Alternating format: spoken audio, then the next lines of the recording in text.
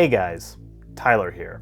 The Breen are a reclusive, warlike race in the Star Trek universe that control a large swath of territory in the Alpha Quadrant. First mentioned in The Next Generation and more extensively featured in the second half of Deep Space Nine, the Breen are nonetheless rather mysterious. We don't know very many details about them. Not only are their origins and history and their internal physiology quite elusive, but we don't even know what they look like on the outside. Every single appearance of the Breen has them wearing refrigeration suits, and according to Worf, no outsider has seen a Breen without their suit and lived. In today's video, I want to explore what we know about the Breen's biology and compare them to what we expect aliens to be like in real life. But before we get started, a word from today's sponsor, Skillshare. Skillshare is an online learning community with thousands of classes and members all over the world. Whether you're looking to start a new business or enhance your existing skills, Skillshare is a perfect place to start. With classes like photography, illustration, graphic design, and more, Skillshare lets you find classes that match your goals and interests. For example, I just completed YouTube Success, Script, Shoot, and Edit with MKBHD, aka Marquez Brownlee, and I found it rather insightful. Even as my channel grows, I feel there are always new opportunities to learn. This class offered quite a few useful tips that I can hopefully use to improve my production pipeline going forward. Skillshare is ad-free, so you can stay in the zone while exploring new skills. New premium classes are launched each week, so there's always something new to discover. And Skillshare's entire catalog is now available with subtitles in Spanish, French, Portuguese, and German. The first 1,000 people watching this video to use the link in the description will get a 1-month free trial of Skillshare. Join today to invest in yourself and your personal growth. Big thanks to Skillshare for sponsoring today's video. Now, let's get back to the Breen.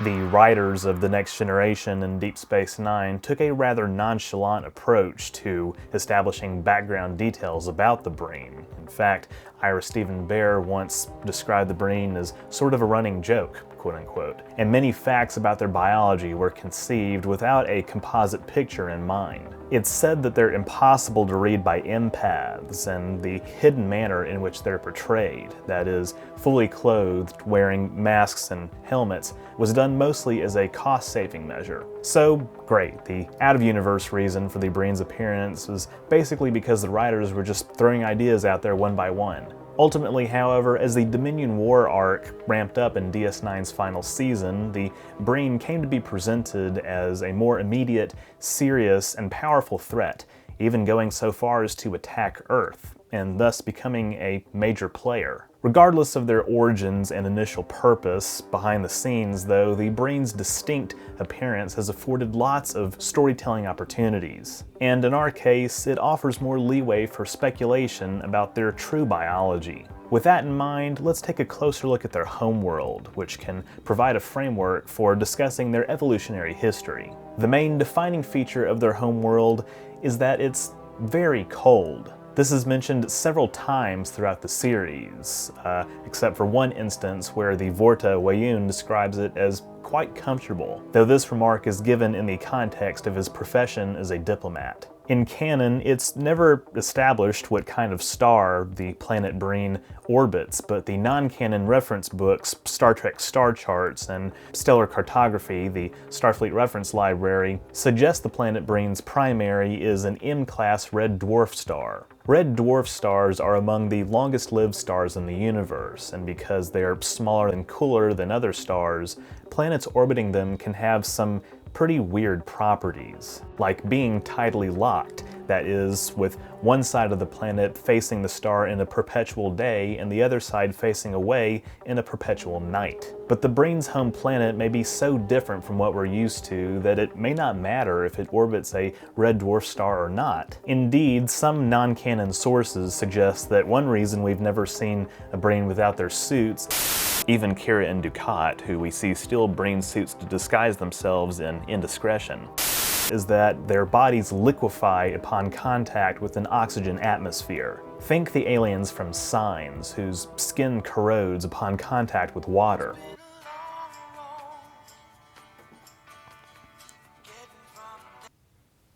Hello? Wait, you're telling me that Normal air has trace amounts of water vapor? Okay.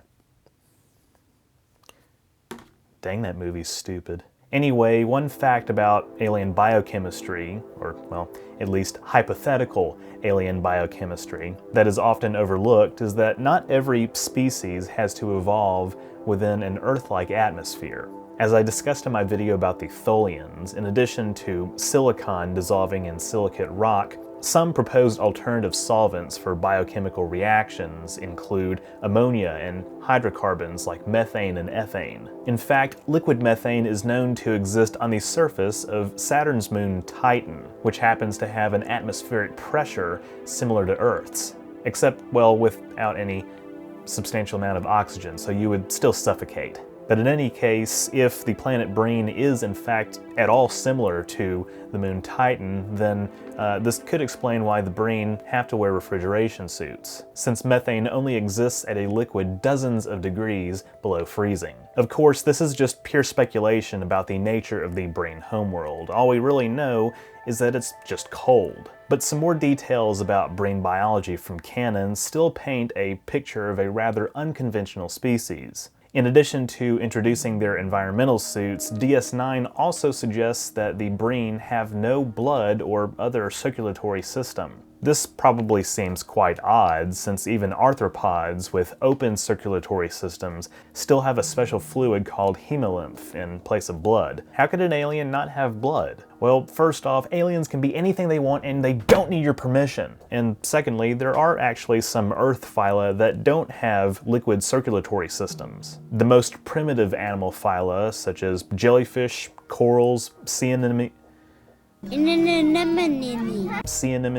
and flatworms, lack circulatory systems and many basic organs. How does this work? Well, some of the animals I just mentioned can actually absorb dissolved oxygen directly into their cells from the surrounding water, and others have special digestive tracts that distribute nutrients throughout their entire body. But I know what you're thinking. These are small animals that you could definitely beat in a fight. Well, maybe not a jellyfish. But the point is that it is possible for complex multicellular life to evolve without a liquid circulatory system. An intelligent species with such a trait, though? Well, while it might be a stretch, the truth is we have no idea what aliens would actually look like. Specifically, we have no idea what life that evolves within a liquid methane biosphere would look like either. Wait a minute, you're yelling at me, however. Didn't Esri Dax speculate that Breen might be covered in fur?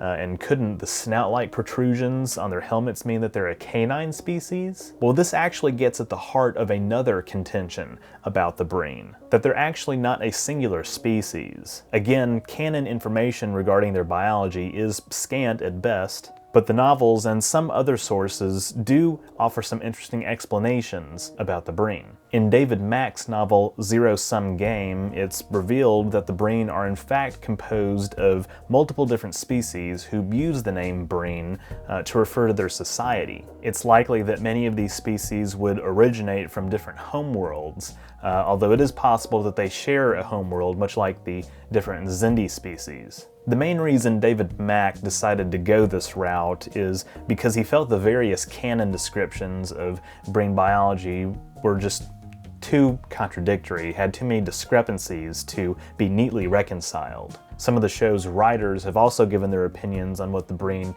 might look like. For example, First Assistant Director Lou Race always suspected the Breen might look like Donald Duck. And no, I'm not making that up. On the other hand, Ira Steven Behr proposed that the Breen may be slug-like creatures, which would be more consistent with the flabby, gelatinous life form we discussed earlier.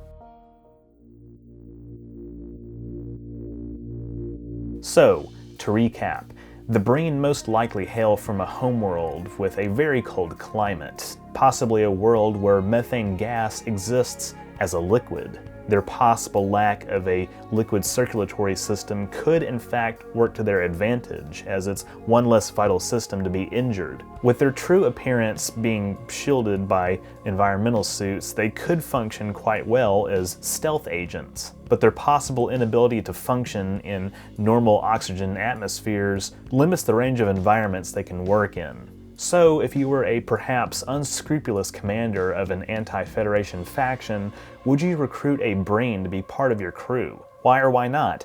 I'll be interested to hear your replies. The Breen are indeed one of the most mysterious species in the Star Trek universe. Appearing in only 11 episodes of the franchise, they nonetheless have had a major impact on Federation history through their alliance with the Dominion and attack on Earth in 2375. As some critics have noted, though, the Breen have ultimately been one of the bigger disappointments in Star Trek, for as formidable as they were built up to be, after the Federation developed a countermeasure to their energy-dampening weapon, the Breen's status as a top threat quickly faded. So the Breen may not be as powerful as they've been cracked up to be.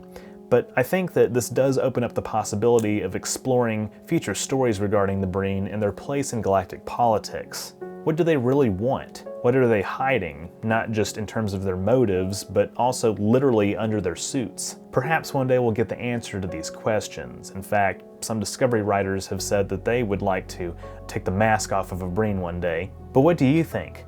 Let me know down in the comments. Thank you all so much for watching. This was by no means a comprehensive view of everything we know about the Breen, but hopefully it was an interesting exploration of their biology. If you enjoyed this video, be sure to leave a thumbs up down below and don't forget to share it. That stuff really helps me out. If you haven't subscribed yet, be sure to do that as well so you won't miss future uploads, and click the bell icon to receive all notifications. If you want to support my work even further, becoming a patron or a member is a great way to do so. Links to those, as well as my social media and merch store, are in the description. That's all I have for this week. Live long and prosper.